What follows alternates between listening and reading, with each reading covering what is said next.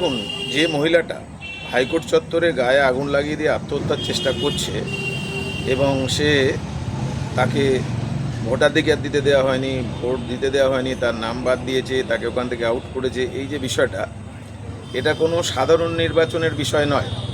এই বিষয়টা হচ্ছে সেলফ হেল্প গ্রুপের একটা ভোট। আগে সিলেকশন হতো, এখন সেইটা ভোট প্রক্রিয়াটা চালু করে ক্ষমতা কার হাতে থাকবে সেইটাকে নেওয়ার চেষ্টা হচ্ছে। তো সেই রকম এই যে দল, এদের যে সংঘ, এই সংঘটা হচ্ছে সৃষ্টি সংঘ। এই সৃষ্টি সংঘ, যেটা এক একটা পঞ্চায়েতে একটা করে সংঘ থাকে এই সেলফ হেল্প গ্রুপের।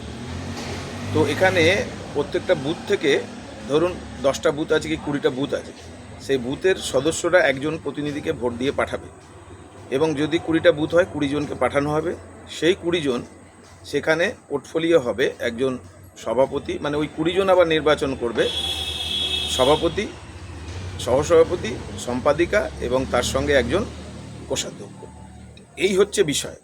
এখন এই সেলফ হেল্প গ্রুপে, যেটায় অন্য অন্য রাজ্যে আজকে লাখপতি দিদি এবং সেটাকে এবার টার্গেট নেওয়া হয়েছে কোটিপতি দিদি, এইগুলো সেই জায়গায় হচ্ছে। আর এখানটা আমাদের পশ্চিমবঙ্গে, এখানে খালি কী করে সেই গ্রুপের মাধ্যম দিয়ে কোনো যদি কাজ আসে, কোনো অর্ডার আসে, সেই জায়গা থেকে কী করে কার্ড মানি খাবে, এখানে সেই গণ্ডগোল। এখন এই জায়গায় সেই গণ্ডগোল হয়েছে, যারা কাজ করছে ইনি হয়তো ঢোকার চেষ্টা করছে এবং যারা আছে সেখানে তারা এনাকে হয়তো বাধা দিচ্ছে।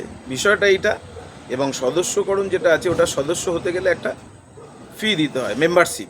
সেই মেম্বারশিপের জন্য উনি দিয়েছিলেন, জানি না কত দিয়েছে, কি করেছে, কিন্তু গ্রুপের যে টাকা পয়সাগুলো সেটা হচ্ছে ব্যাংকে জমা করা হয়।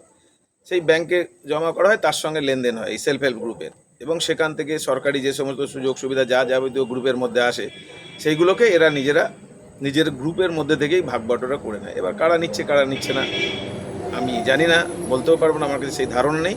তবে এটা ওই একই, এই খাওয়া খাইয়ের বিষয়।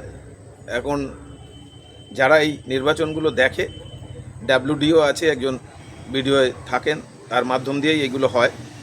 আর ডিআরডিএ অফিস সেটাকে মেনটেন করে। এটা ডাইরেক্টলি একটা অফিস আছে জেলায়, ডিআরডিএ, তার মধ্যে দিয়ে আসে। ডাব্লিউডিও আছেন, ওম্যান ডেভেলপমেন্ট করার জন্য অফিসার। তো এইটা হচ্ছে ঘটনা।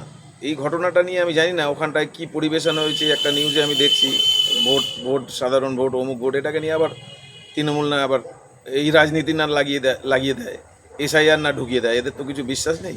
তাই এইটুকুনি বিষয়, যেটুকু জানলাম এটুকুই বললাম।